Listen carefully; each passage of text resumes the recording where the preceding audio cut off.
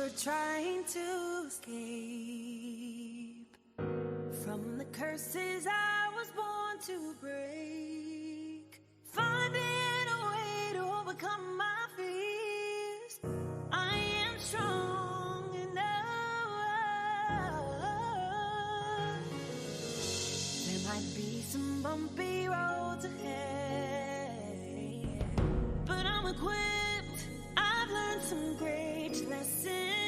The power lies in me. Now I see so clearly. All my steps are destined. I'm going in the right direction.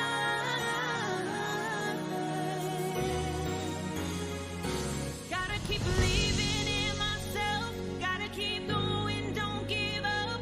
Yes, I'm gonna see this through. Yeah, I put my trust in you. The only way out is to go within. Now I see you're my best friend. Yes, I finally found my peace. I know that I can trust in me.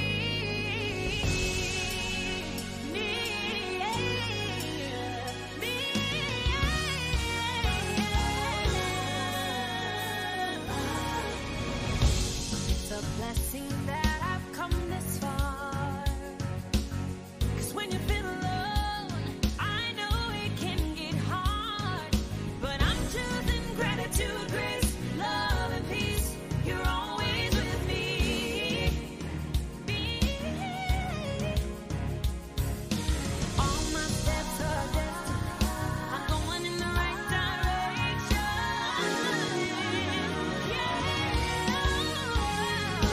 Gotta keep believing in myself.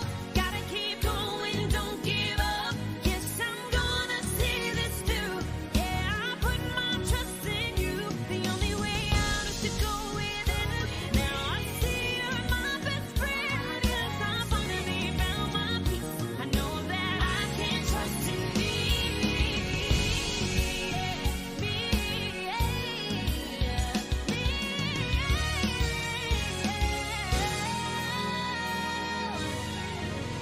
I am connected to a love that never runs out.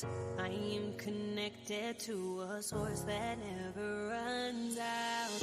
I am connected to a love that never runs out. I am connected to a source that never runs out. I am connected to a love that never runs out. I am connected to a source that never runs out. I am connected to a love that never runs out. I am connected.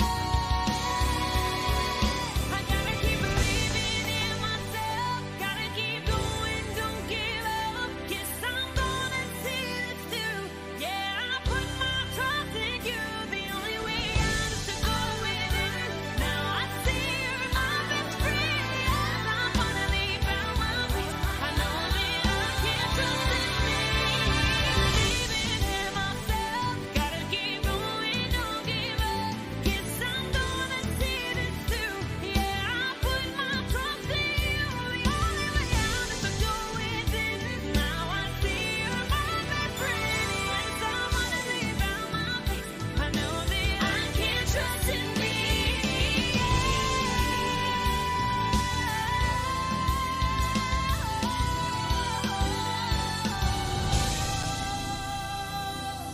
Oh, I had to run and get me some water and about missed you guys. Oh, what a blessing it is today. This evening, it is January the 9th, 2024. How are you guys doing this evening? Do me a favor and make sure that you guys share this post, like and share this post. And I want to give some shout outs here, see what's going on with you guys.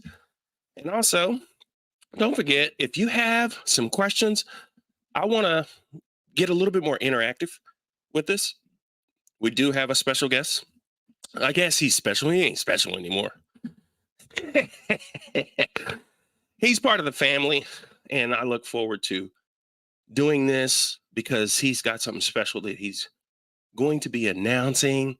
And so we're going to give some shout outs. Thank you guys for coming in here. Miss Brenda Tucker from Houston. Yeah, you can give your shout out where you're calling from or where you're tuning in from. Mr. McClary. Yes, yes, yes. All right, Mr. Ruman. You're one of our faithful. Yes. Awesome. From Louisville, Kentucky, Hugh Patrick. Awesome. Thank you so much for tapping in and tuning in. Look at all you people.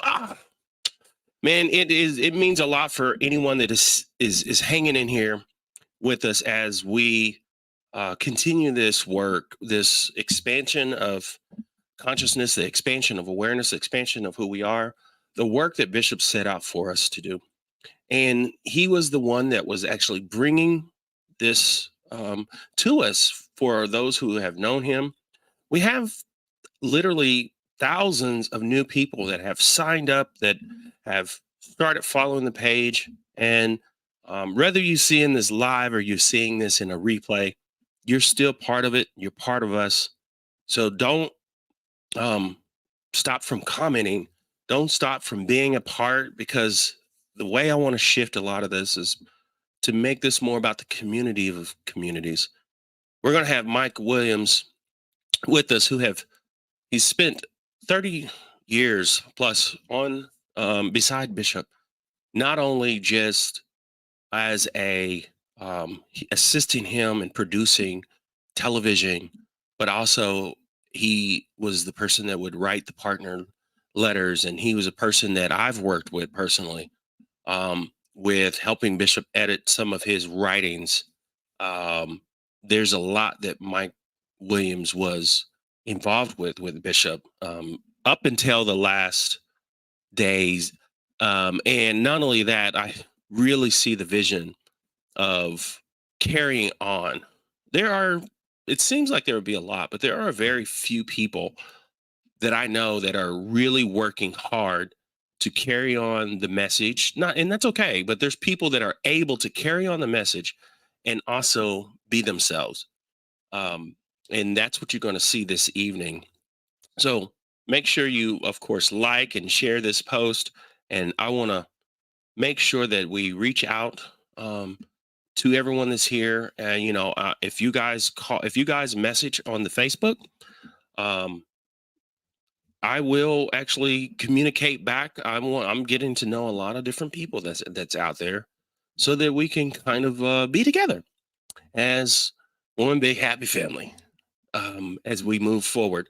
I have a little video here myself that I think will be really good for us as we take on this new year and we begin to understand who we are, who we believe that we are, and who we want to be, and how to be that more. A lot of shedding. If you watched last week's message, I talked about shedding the layers, and Bishop, he was talking about shedding some of the layers.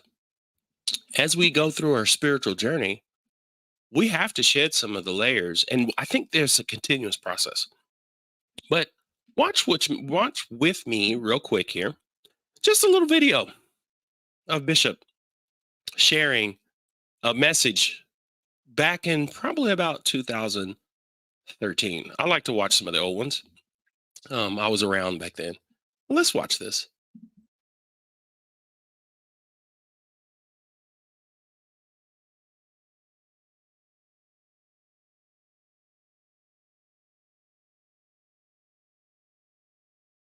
Well, I thought we were going to watch it. I guess he didn't want to show up today. But as Bishop would say, the devil is a lie. Because guess what? I can go back and I can get the video and restart it over again. Here we go. And your aptitude. What you know about you, or what you believe about you. These are very powerful tools. I'm working on developing them and trying to encourage others to do the same, because I think we can solve this thing instantly if we just reassess what we believe and why we believe it. especially what we believe about ourselves and why we believe that about ourselves and how those beliefs about ourselves or yourself adds to or subtracts from the quality of your life. Can we be in sync with one another? Is that something that we have to exert a lot of effort, or can we just accept the fact, like we have a piano here and you have the ebony and ivory, the different keys, 9 keys, sounds, whole steps, half steps, but they all make beautiful sound. Disagreement is something that seems to, everything works in harmony. Everything works with ease, not dis-ease. Everything works in a certain cadence as opposed to decadence or decadence, death. Not going backwards, but going forward. This all works together. It's supposed to work together. Our objective is to observe it as working together. In other words, we're not making it right. We must perceive it right. We don't need to make it right. We need to see it right. Because what we see is what we get. Perception is the ultimate reality, even if not the ultimate truth. How you perceive your life or perceive yourself or perceive your marriage or your family or your hips, lips, tits for that matter. How you see your nose and your toes and how you fit into this world. How does it all work together? We don't know the answer of how it all works together, but we must presume and assume that it does, that it will, that it has, that it is working together right now. Perception. Beatitudes or the attitudes, best attitudes. What is your attitude? Your attitude will determine your altitude, how you perceive things, and your aptitude. What you know about you or what you believe about you. These are very powerful tools. I'm working on developing them and trying to encourage others to do the same, because I think we can solve this thing instantly if we just reassess what we believe and why we believe it. Especially what we believe about ourselves and why we believe that about ourselves and how those beliefs about ourselves or yourself adds to or subtracts from the quality of your life. Can we be in sync with one another? Woo! I'm not sure if you guys got that, but Bishop would bring these messages that you should be able to go and listen to. But the thing I want you to do different is I want you to begin to implement something in your life.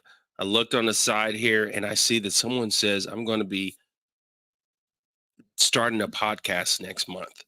Because one of the things that I do, the same thing I did with Bishop, and I do with individuals within what I do, and what I want to expand on doing is I want people to begin to, you receive too much and you have too much to let go right now and not begin to see how you're going to implement some of these words. We can read books and read books and read books, and we could do all these things, and we are enough. You are enough.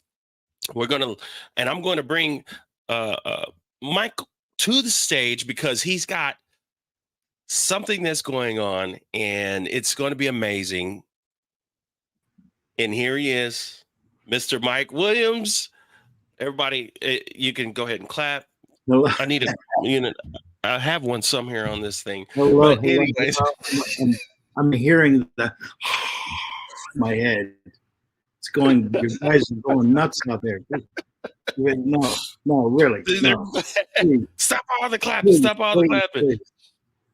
There we go. We got a powerful. Yes, there we go. Thank you guys. Absolutely. I'm trying to get some interaction with. Oh, there we go.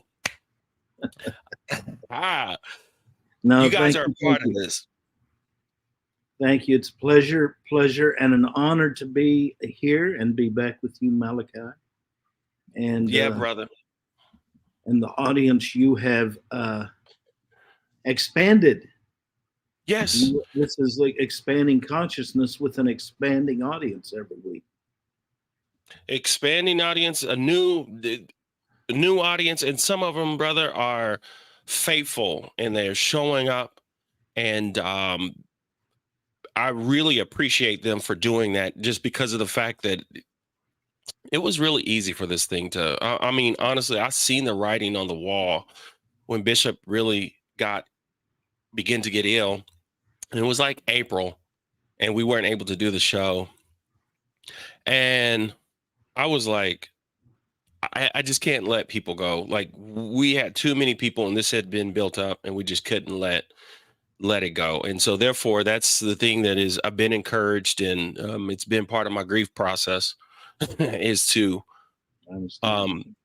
not just drop it. I think it would have been much worse on me if I would have just had to just drop all this, and then, because I talked to him every week, like you did. And so, and you know what Bishop wanted for you, he wanted you to take over the program, wanted you to keep the program going after he was gone, but he wanted you to be able to do things with the program that he could not do, because he felt so connected to his church audience that he knew that he was limited in how far he could go with the program, and you don't have those same limitations that he had. And I think it was divinely ordered and ordained for you to do what you're doing now. Okay, you know what happened to us at the funeral? And I went up to you at the camera. Okay. Yeah. So we're going to try to get this together. Thank you, brother. That means a lot, because sometimes you do have the imposter syndrome. You know what I mean? And you got so many people up there that are just like, people really will try to take over and try to be Bishop, or try to come back and be like, people are trying to be Bishop, or they trying to act like Bishop, and it's just like, I enjoyed listening to the man just as much as you did. I mean, I enjoyed it even more because I was a part of it, as far as the audience, the people that would have something to say. And now it's like, I really feel it. I really feel it. And I feel like, not just carrying it on, you go into the room in hospice and record a video. He says my name, but then you just send me this video and didn't warn me. And you didn't warn me. And it's like, I'm seeing this video and it's already a whole lot. And then all of a sudden it says Malachi would be hosting a few and carrying it on. And I'm like, this is not his last video. He's not saying my name in his last video. No. And so it is what it is. And I believe it is divine. And I appreciate you. I love you dearly. We have had some wonderful, fun times with Bishop. I remember the time we went to the Misfits, and we had such a wonderful, blessed fellowship. Me, you, Ron, and Bishop at a barbecue place. And we laughed and laughed and laughed and laughed. Oh, that was, if for anyone listen, I will tell you, one of the biggest and best things that you could ever do with Bishop is laugh. Just like he was right there, and he just all of a sudden and said tits. It was he would do stuff to us like that. Like, oh, what? Bishop? Oh, Michael, you have a book coming out, correct? I do. I have a book I'm working on. It is called Stand Back. Stand back. Stay with me. It's called The Cult of Christianity. The Cult of Christianity. And there is a video clip that you have that you're going to play that is really the whole foundation of the book. And let me set this up. This is going to be weird, but we're doing weird things now. Yes. So you see the Enterprise here in the background from Star Trek, the original Star Trek. So in Star Trek Deep Space Nine, the clip that you're going to play comes from an episode of Star Trek Deep Space Nine, where the ship's doctor is talking to a Cardassian tailor on the space station who is believed to have been a Cardassian spy during the war with the Bajorans. If you don't watch Star Trek, I know that's a lot. But anyway, this is a conversation they had, and we'll talk more about that after the conversation.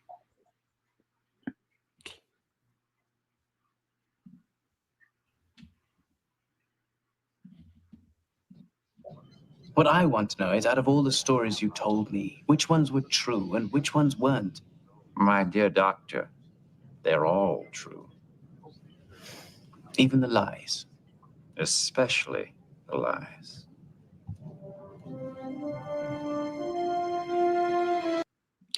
Wow. So one day I was watching that clip. I had seen the episode numerous times. I thought it was brilliant when I first saw it, but the last time that I had watched it, it had a whole new meaning to me, because I began to realize that religion, even the religion of Christianity, is all about the truth in the lies.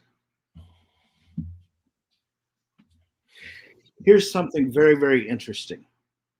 Jesus spoke in parables. And I don't know if anyone has given this much thought, but a parable is a story that is not true. It is a fictitious story. It did not happen, but it is told in order to convey a spiritual or moral truth. So Jesus literally told lies to communicate truth. And those with an ear to hear can hear the truth in the lie. What religion does, that's the spiritual side. What religion does is buries the truth in the lie. So we don't get the truth out of the lie. We cover the truth with a lie because we want to control, we want to manipulate, and the reason we want to do it is for money. Christ consciousness, or even expanding consciousness, cannot be comprehended by people who are unconscious.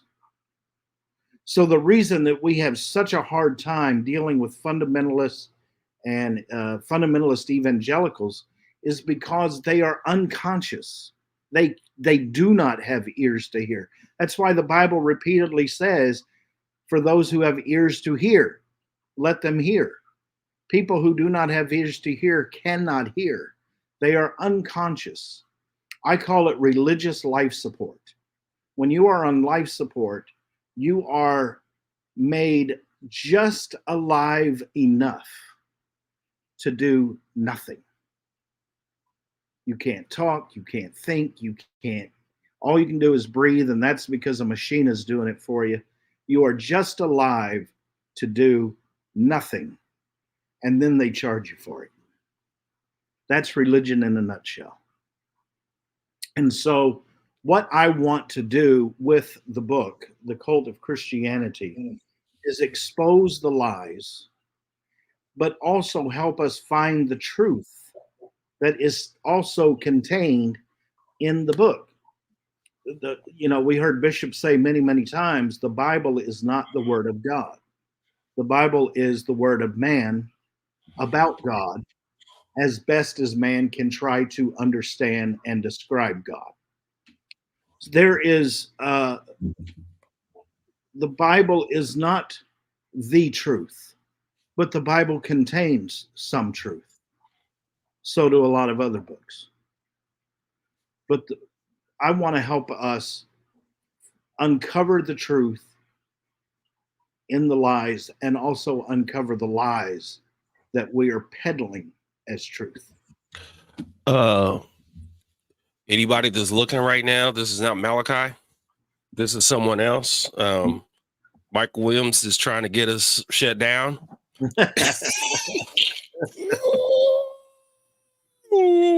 What I really want to do, see, I have a heart for Christians. I still love the church.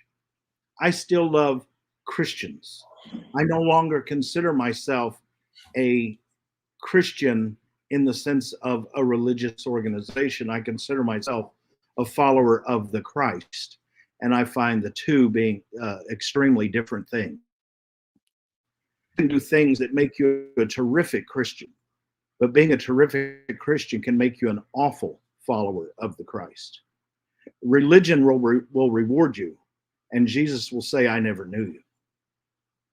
See, that's another scripture that we use against Bishop Pearson and inclusionists a lot, where we tell people, we've heard this so many times, when Bishop passed, and there were so many posts made by people who said, and many will come to me in that day and say, Lord, Lord, have we not prophesied in thy name? Have we not, and in your name cast out demons? And I will say to them, depart from me, you workers of iniquity. I never knew you. And they cast that scripture as a stone against Bishop Pearson and inclusionists. And they don't realize that Jesus is talking about them, because they're the Christians.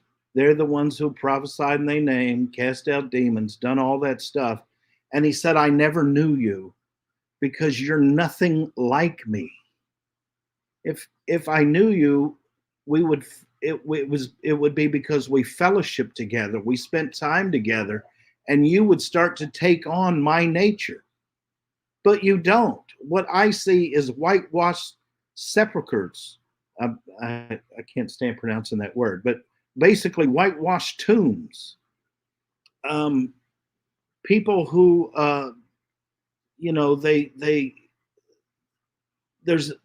they carry the name Christian, but know nothing of the Christ. And the fact that everything that Jesus taught, they're against, and we hear about it all the time. Those are the people that he says, I never knew. And what I am learning is that the mainstream church in America today is what Paul calls in the book of Galatians, the bewitched church. Jesus said, I came that you might have life and have it more abundantly. I came that you might be free in this life. Jesus didn't come to save us from sin so much as he came to save us from religion. And as Bishop White often says, I believe religion is the devil. The devil is used as a metaphor throughout the Bible. I don't believe in a literal red man with horns and a pitchfork. Satan and demons are as disembodied spirits running around trying to torment us all. I think those are metaphors for the things that do torment us. A friend of mine, Ronnie King, who's the assistant pastor for Bishop George Bloomer, he likes to say, no, it's not a devil, it's a decision.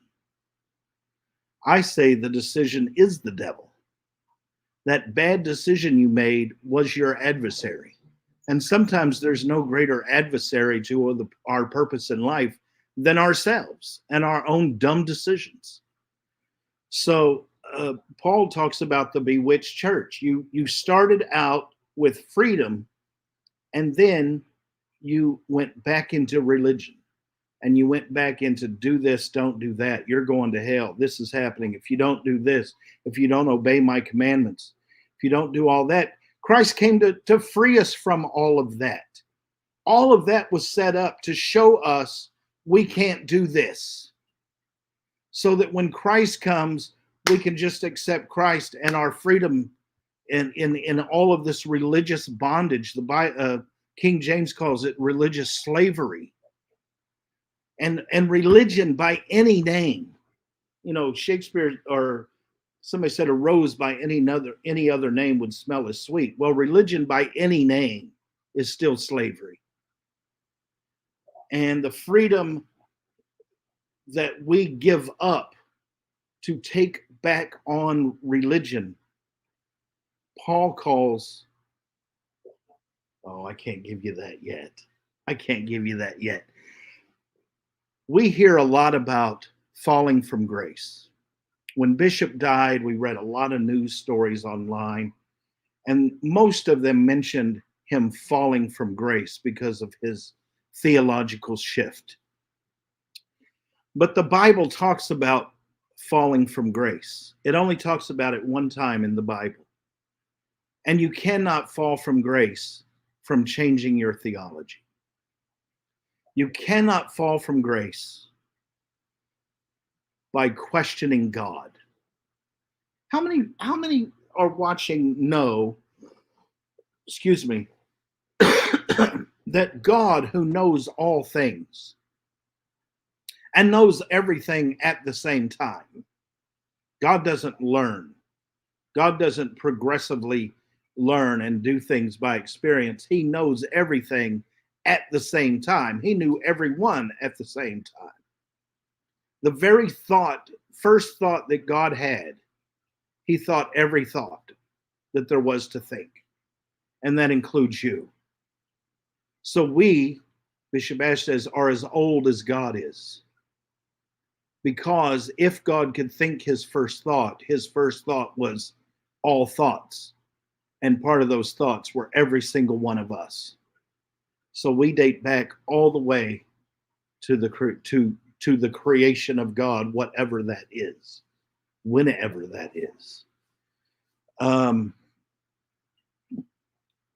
But you cannot fall from grace from questioning God, because God can handle our questions.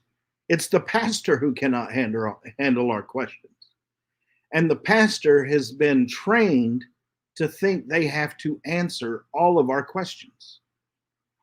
And people have gotten into so much destruction in their life because pastors gave us answers they thought that they needed to have. And the fact is, they didn't have a clue. And they should have just been honest enough to say, you know what? I don't know. I don't know why God did that. I don't know why that happened. But we have been pressured to think that we have to have every answer for everybody. The Bible contains the answer to any question you have. That is so not true. How many questions do you have today that you will not find in the Bible? I'm sure you could name 100 of them off the top of your head right now. So you cannot fall from grace by questioning God. You cannot even fall from grace from having a sex scandal and it being exposed on national television. We love to call that falling from grace. You can't fall from grace from the minister or university president stealing the money that's coming in that people are giving. Even that is not falling from grace. First of all, if you can fall from grace, then it isn't grace. But the Bible talks about falling from grace, and the only way you can do it is to abandon the grace that God gave you and going back into religion. So all of the people that we confront and talk to and who are questioning us and criticizing us, those people have fallen from grace because they gave grace up. They just gave it up. And they call what we talk about, they call it sloppy grace.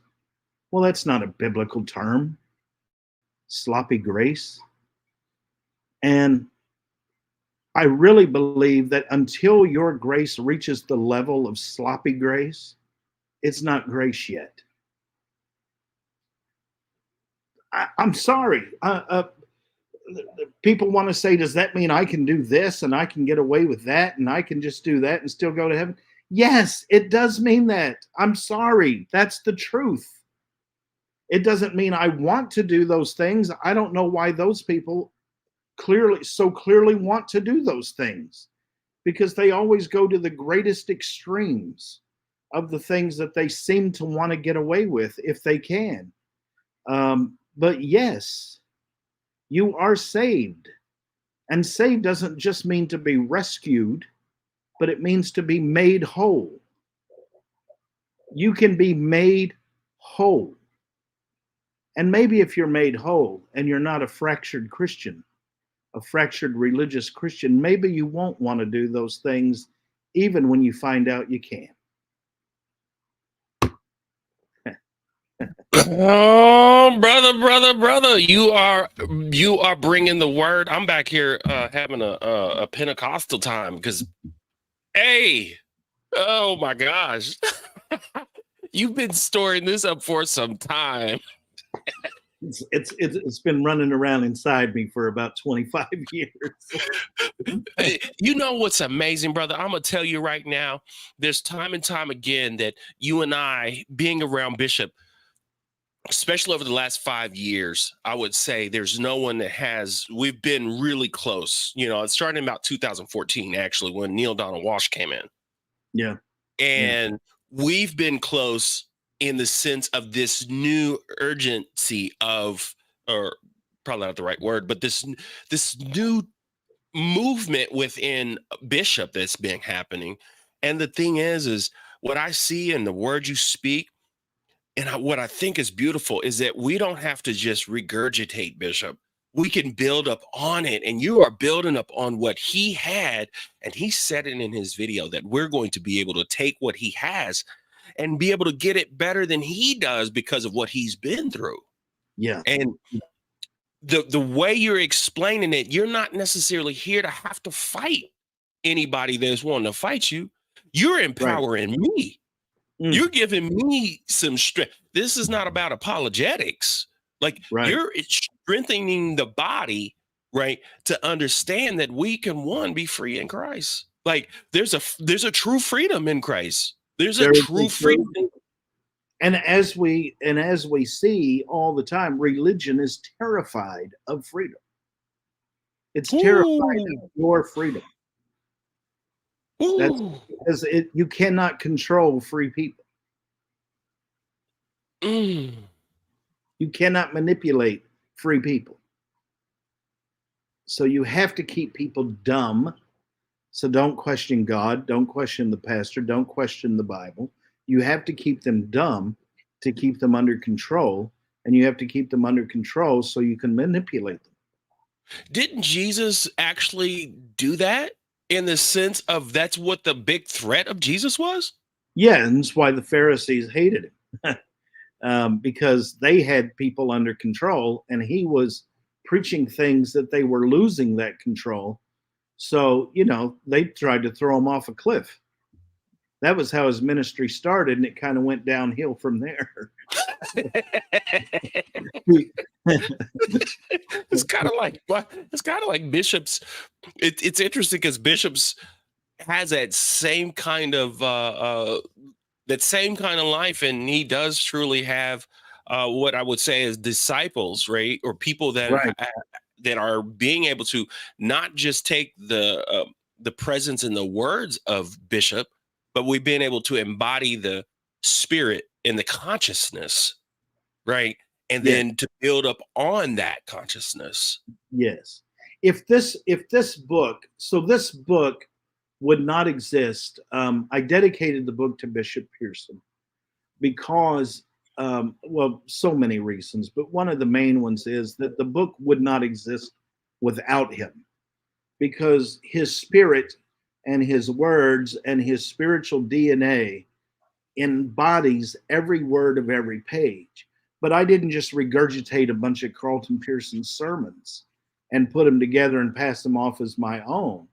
He taught us how to learn. He taught us how to think for ourselves. Pastor D.E. Polk says all the time that religion tells you what to think.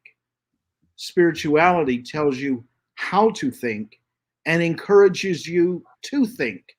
And Bishop Pearson did the same. He didn't just ask you to believe stuff he said because he said it.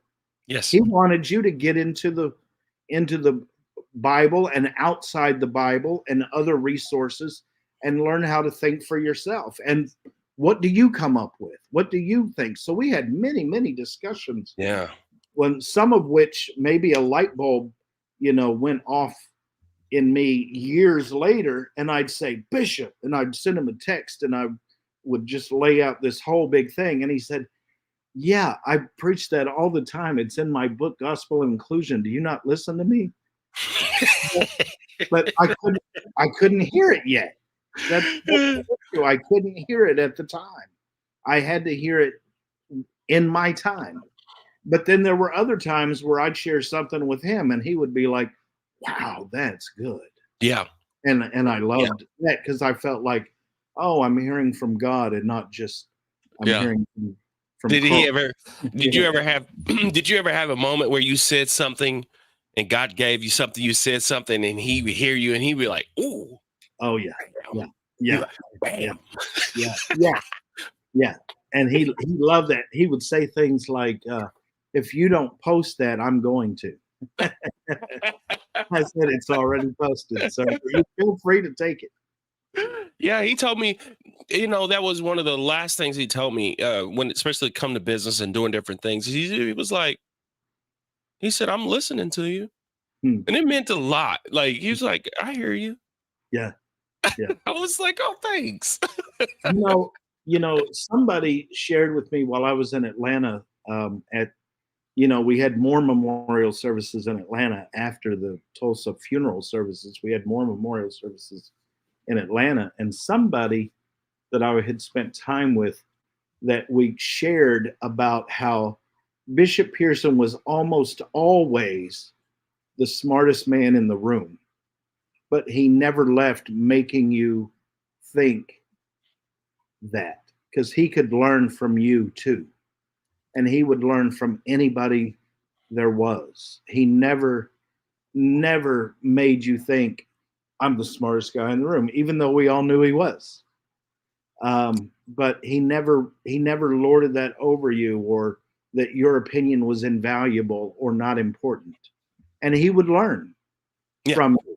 And he'd start to preach what he learned from you. And the first time he might have given you credit. He taught us this is what he taught us. He said the first time you get something from someone else, you say, so and so says, and then you repeat it.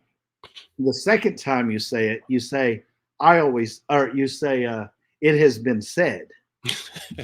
And then you say that. And then the third time you say it, you say, I always say.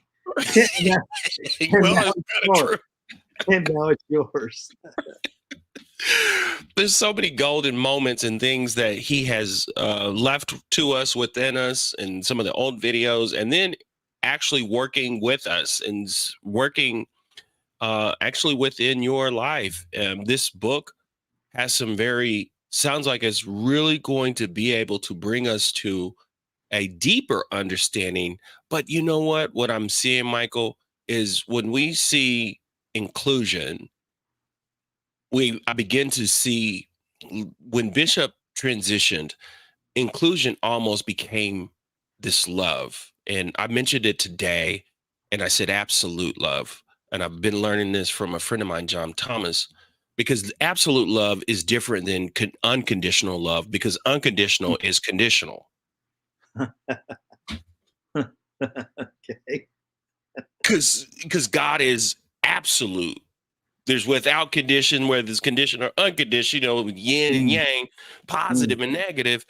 And so one of the things that I'm getting and picked up from inclusion is it's not about, and I mean, within context, I don't mean this, but it's like people see inclusion, they be thinking like, okay, so we can have church and do church as normal. So if I want to be gay and do church, I can do that. And that's what some people perceive and be like, oh, I'm included. So if I'm this, I'm black, I'm white, I'm gay, I'm included. Yes, it includes that, but it's deeper than that.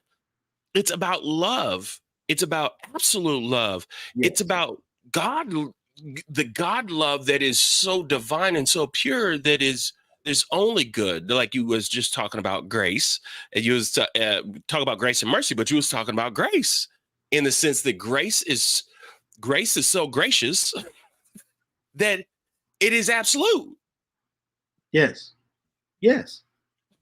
If it's new every morning, if it's so amazing If we put grace and mercy together, and our grace is so amazing and our mercy is new every morning, then where is the expiration date on either of those? I don't see anywhere in the Bible where they have an expiration date. If mercy's new every morning, there's going to be a morning tomorrow. So whatever it is that you have cut me off from mercy, and if you cut me off from mercy, you've cut me off from God. Whatever that is, there is another morning tomorrow, and I get new mercy tomorrow. So grace and mercy have no expiration date. Mercy is absolute. Grace is absolute. And there's nothing that I find anywhere in the Bible, since I'm talking to Christians, or trying to reach Christians, because I grew up as one. Even what we call inclusion and all that stuff really is repackaged progressive Christianity, really, because we're inclusive, but I'm probably not going to just start going to a Muslim mosque this weekend and join the membership roll. I'm not going to do that. That's not my tribe. That is not my vibe. As D.E. Polk says, I've been listening to D.E. a lot lately. And so I feel a bit like Paul, when Paul said that he wishes that he could be accursed and cut off from Christ for the sake of his own people. Now, I appreciate Paul's passion in that, but I don't feel it quite to that extent. I am not going to hell for you. I am not being cut off for you. So all of you Christians, if I have to just write you off, I will, because I'm not quite where Paul is, or where Paul was at that point. But I do feel a heart for Christians, since that's where I spent so much of my life. And they're the ones that, boy, I'm just saying things that are going to get me in so much trouble. It's hard to say all this, and that you're trying to, and the funny thing is that while I'm saying this, churches are opening their doors to me again.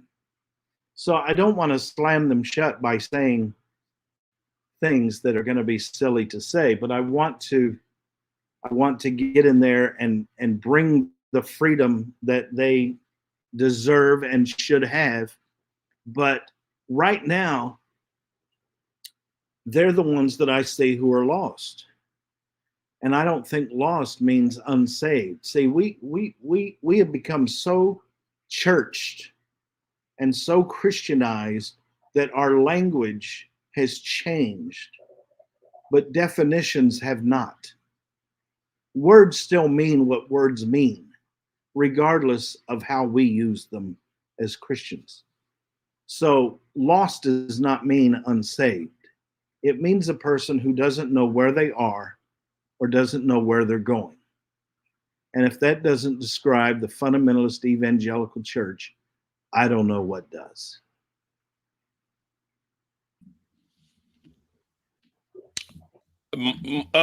I have something here that would kind of help. Whenever you said you're talking about talking or speaking to Christians, and so this is kind of something that can just really bring this into consideration.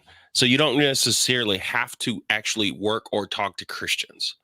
You just need to work and talk generally, Mike, because I'm gonna tell you something. There's over 2.5 billion Christians in the world, and through colonization in the British Empire, they begin to bring this to the whole entire world early on. And there's been a lot of different things that happen, of course, going through 1611, King James and all that. But if you look here, the United States has the largest Christian population in the world, specifically the largest Protestant, but you're talking 210 million. Right.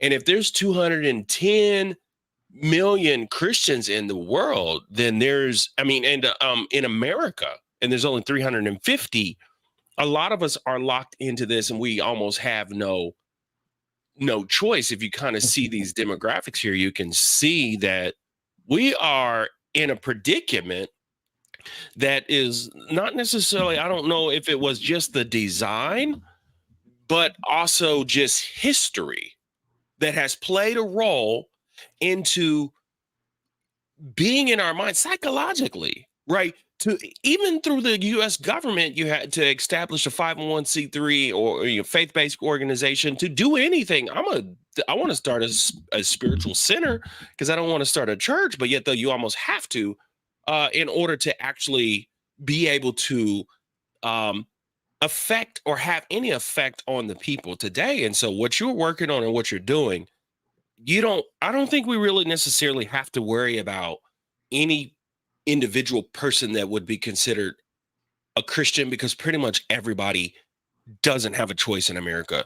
Like, you're going to have some kind of ties through your family if you've been touched or if you've been connected to Christianity. If there's 210 million people as of this time and era, I would say there's literally probably 20 million people right now that wish they had this book so they can actually be able to breathe, be able to like see, be able to like have the words, have the connection, have the grace, have the mercy, have the spirit and the presence. It's what Bishop left, in what you are taking hold of is we need more content. We need more information. We need more people like you that have the content that you have, the information, and deliver it how you deliver it, right? Yeah. Right.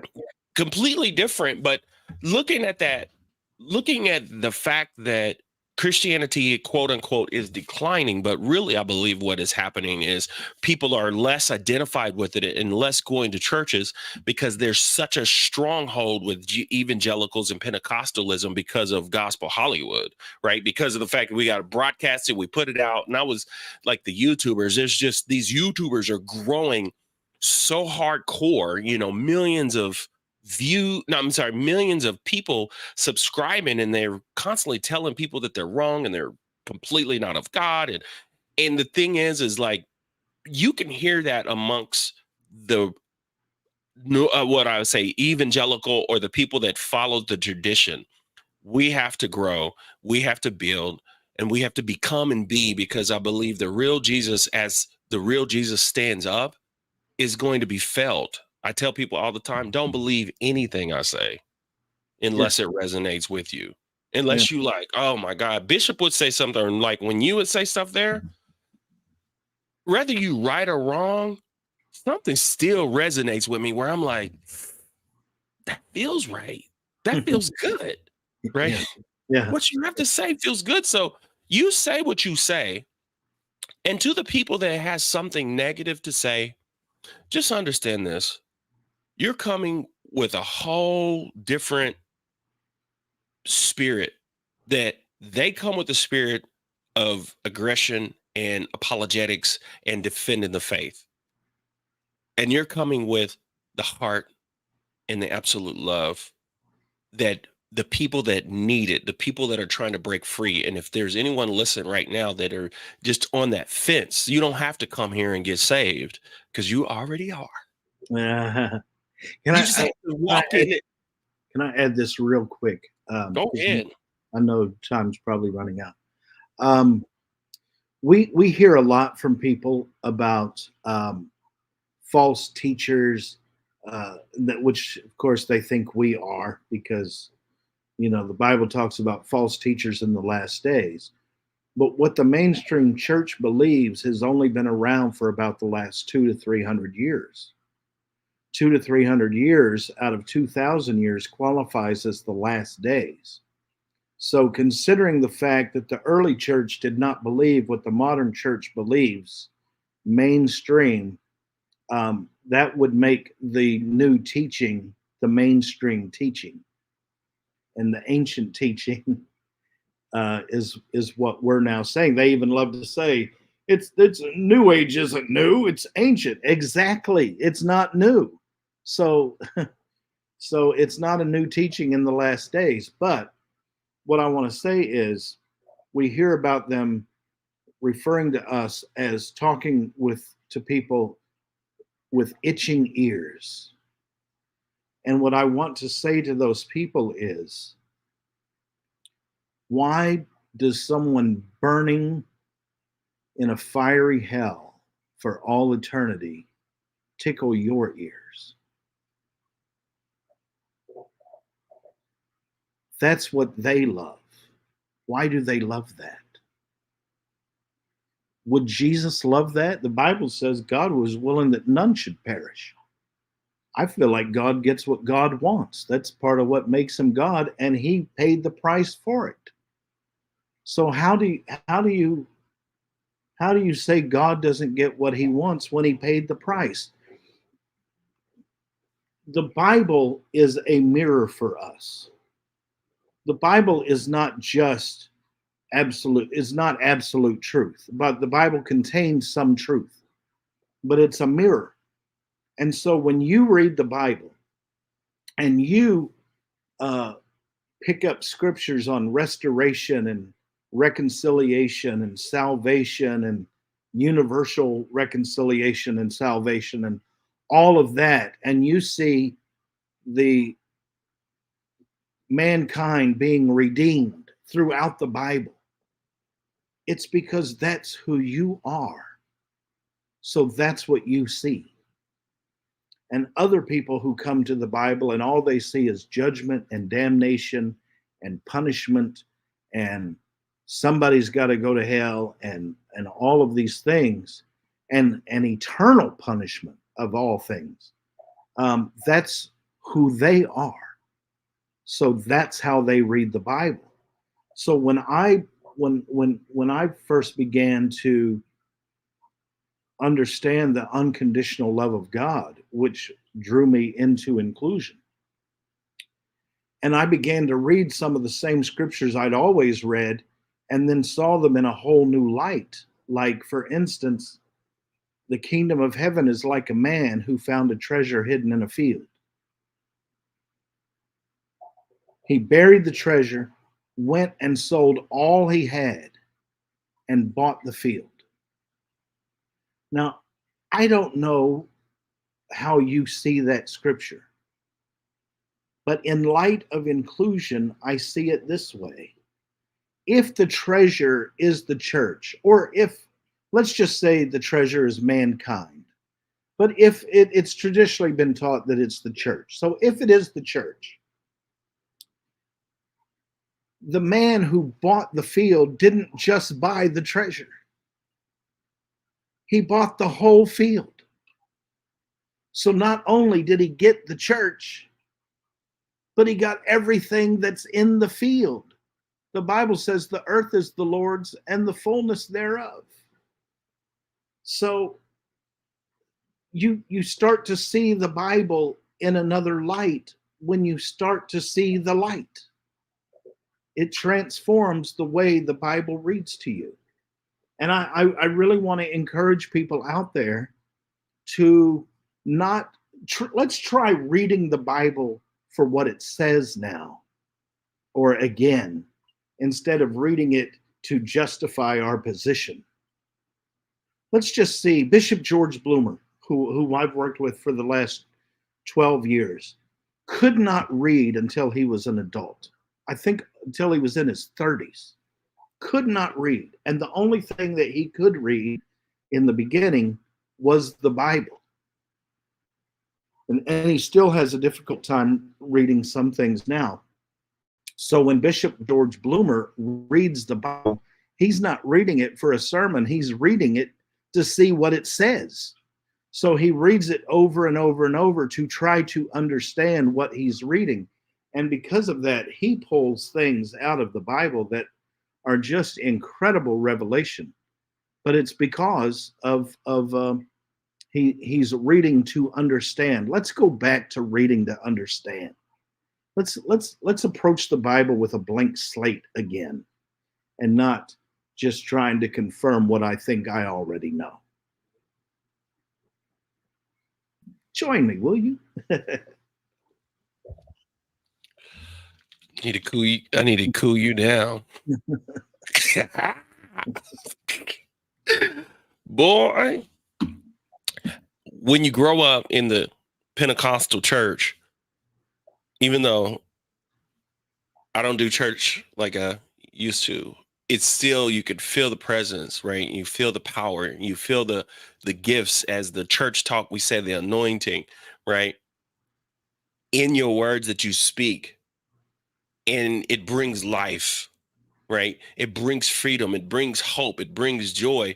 When a person, Michael, when you got to understand, I know everybody else says Mike, but anyways, when you speak, the salvation that people want is not coming from the commitment that they just have to do it because they want to make sure that they're doing the right thing because of the rule, because of the law, because of, it's like, whatever you talking about, it makes me feel good in my soul. It makes me feel free.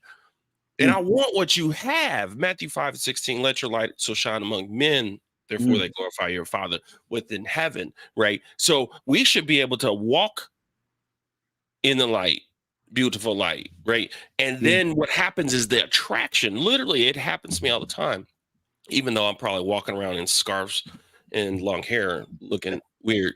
But the thing is I have an attraction, right? Where people come up and people ask. And of course, I open up and I can open up to them. And brother, what we have to do for you, this community, I want you, everyone that's tapped in and tuned into this live right now, and if you're watching a replay, I want you to know specifically, Bishop Carlton Pearson has transitioned. People like Mike here is one of my dear, dear friends, close friends, confidants, whenever it comes to where we go and things of that nature. Keep, being humble and things of that nature. But the thing is I want you guys to know that it is about us. When you tap in and tune in and you watch this, it empowers us. It makes us, we feel good. And the other thing, your comments, it feels good. We got some beautiful comments. And the thing is this, when is this book here that we have due for release, that you would say? So our goal is to have it out by the summer, but it is definitely coming out this year, 2024. And I do want to say, while you have that up, Bishop Pearson had been planned to write the foreword, and there was a movie director, I don't remember his name, Adam something, I think, and he wrote a movie called The Last Movie Star, and he wrote the main character. He wrote specifically for Burt Reynolds, and he sent the script to Burt, and he said, "This is you. If you do not do this movie, I will not make this movie, because only you can do this part." And I say that because I told Bishop, if you are unable to write the foreword, if you don't feel well enough to write it, if you don't want to write it for whatever reason, there will not be a foreword to the book, because it just would not make any sense for anyone else that I know that has poured into my life in any way to write this book. And then I spent, from the day a bishop died until today, and I spent a lot of time with DE and Brandy Polk, and we spent a lot of time on the phone after he passed, and then they came to Tulsa for all three services that we had here. And I went and spent 10 days at their home, stayed in their home for 10 days while I was in Atlanta. And at some point in there, I realized, oh my God, this is the man who is supposed to write the foreword to this book. And I asked him, and I said, "You can think about it. You don't really know me. We've really just met, Wow. and you don't know all that." But he immediately said, "I would be honored to write it." And I just have to, I don't know if they're watching tonight or not, or if anybody related. But on November 19th, my spiritual father died. And a month to the day, I realized that I lost my spiritual father, that I had gained a family over that time with Dee and Brandy, their two kids, Micah and Esther, Bishop Stephen White, Reverend John Scott, Nicholas O'Rourke. These are all people you know, all people that you're familiar with. David Alexander, and there in Atlanta as well.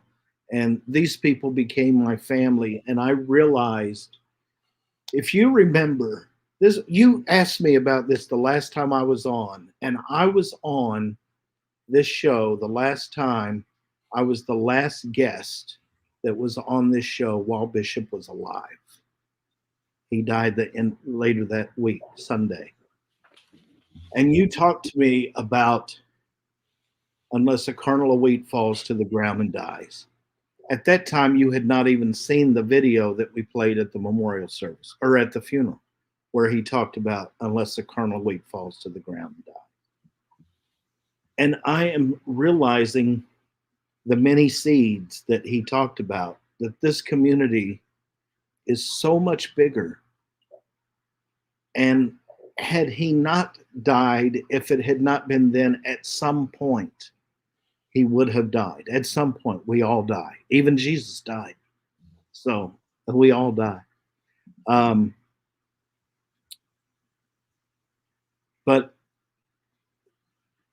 I don't know that we would have ever recognized how big this community is, and as much as it continues to expand. I love every time the word expanding comes into play, because I'm starting to see that that's the real thing going on, the expanding consciousness that we have, and the expanding community carrying that consciousness and spreading that message.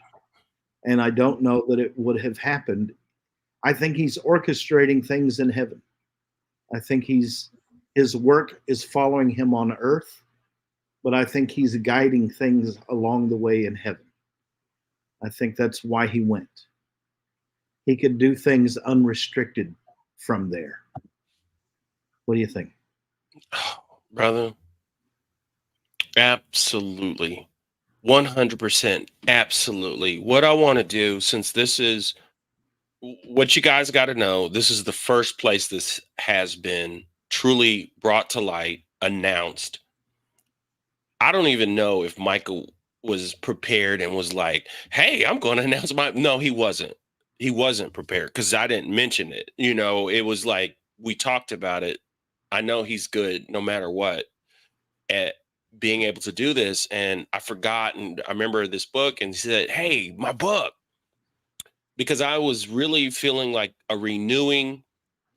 Of course, January comes and there's a lot of renewing of the mind, renewing of the spirit. And sometimes you get tired of the same old messages about that. And this right here is just a true confirmation with understanding. When I think about the cult of Christianity, it's really looking at some of the history and what it has done. But I'm sure that it says the flow of freedom. Like, I think that's one of the most important things is there's a flow that happens if you understand flow. What I would like to do is, since this is the places this has been released, either one, I want to be able to get email addresses and people to say, I want, how much is it going to cost, Mike, to this community if we pre-order? Oh, it's probably, we could probably do a discount pre-order price of like $15. $15. Pre-order price. I want to do a pre-order price because this is gonna, like, it, we both are content creators and filmmakers, and It really does, and we have to really push to do stuff. And sometimes I encourage him to push his show because he's got a show coming.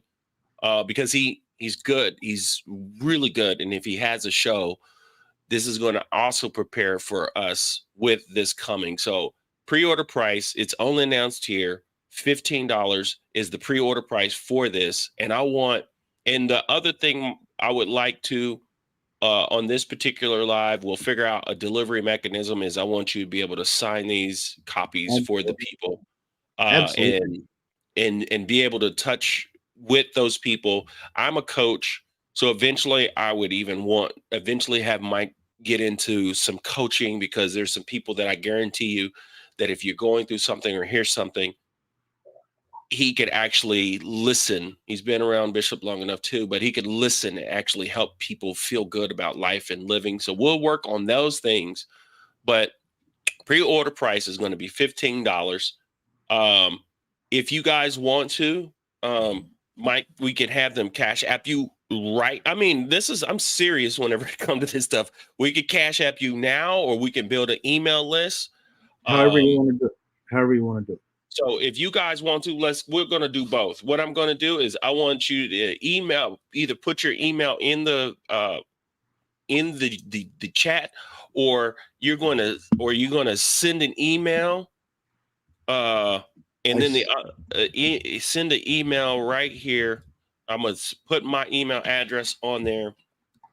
Send an email to me, so that we could build this up, because this is something very, very important to me. And plus, the expanded conscious community, if you look at the Christian church, right, as a whole, what happens is they got Bible bookstores and they got all these different places where they can distribute stuff, and things can go viral. So we have to hold each other close as you guys produce stuff and put stuff out there. Believe me, I want to tap in and tune in. I have some other books. And so that's my email address. Send me an email. We're going to build that up. And then the other thing is, I want to give me right now your Cash App, sir.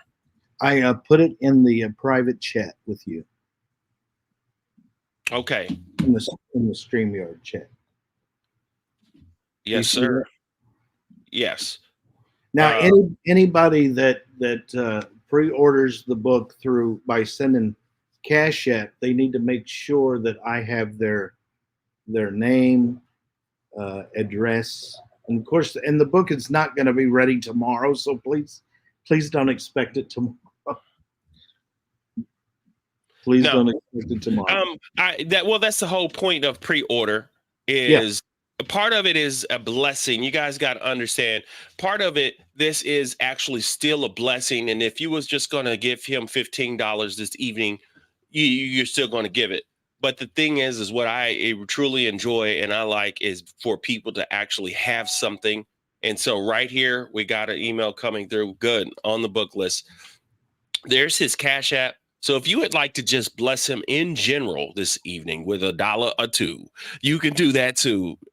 Bishop, I feel the presence of Bishop in doing that. As we move forward and push forward, we're getting things together. So I'll also show the new dimensions for what they have going on and taking care of with Bishop. But this Ace, $Aces High Studios, I want you guys to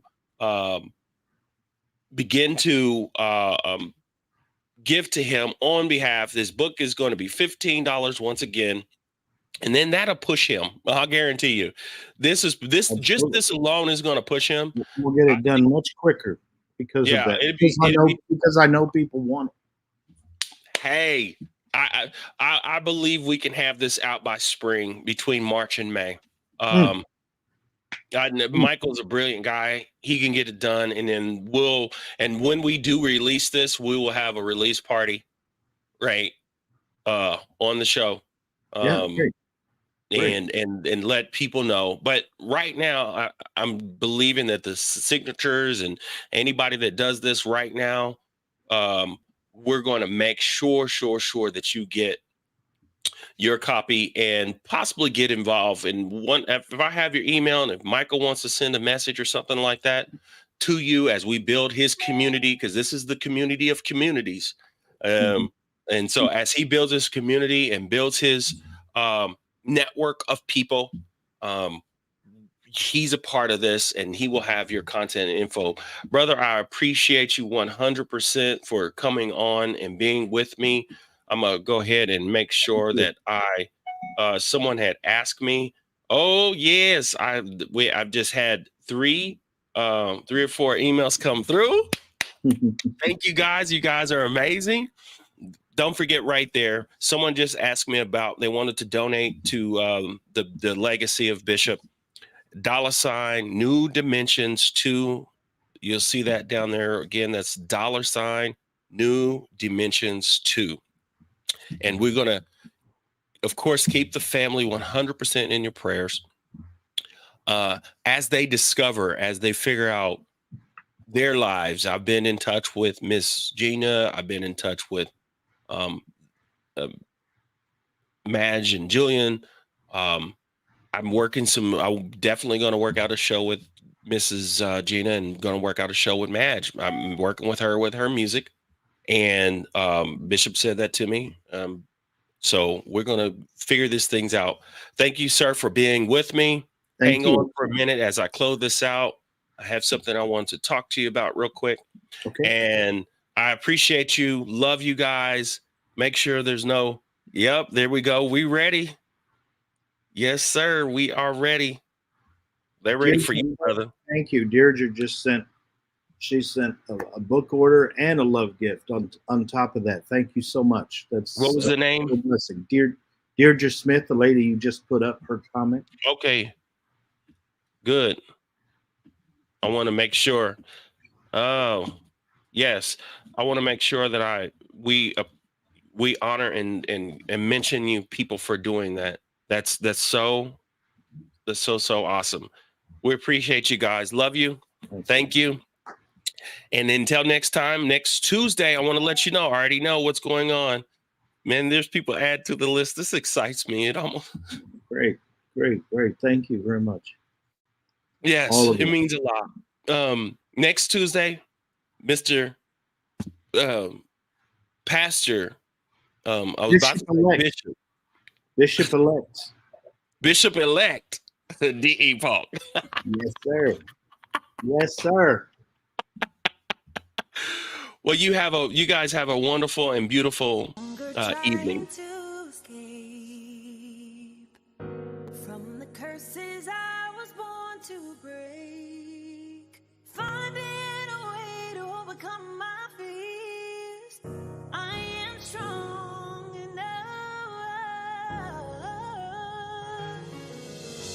There might be some bumpy roads ahead, but I'm equipped. I've learned some great lessons. The power lies in me. Now I see so clearly. All my steps are destined. I'm going in the right direction.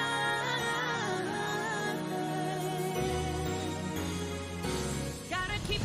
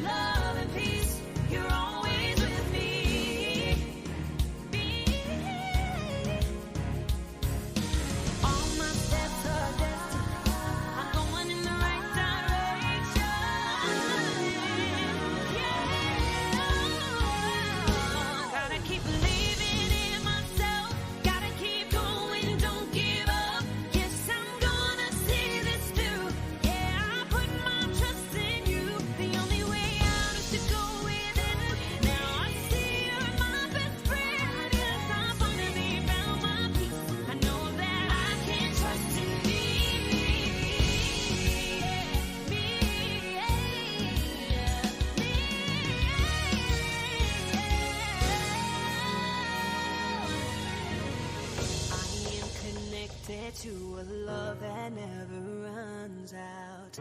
I am connected to a source that never runs out.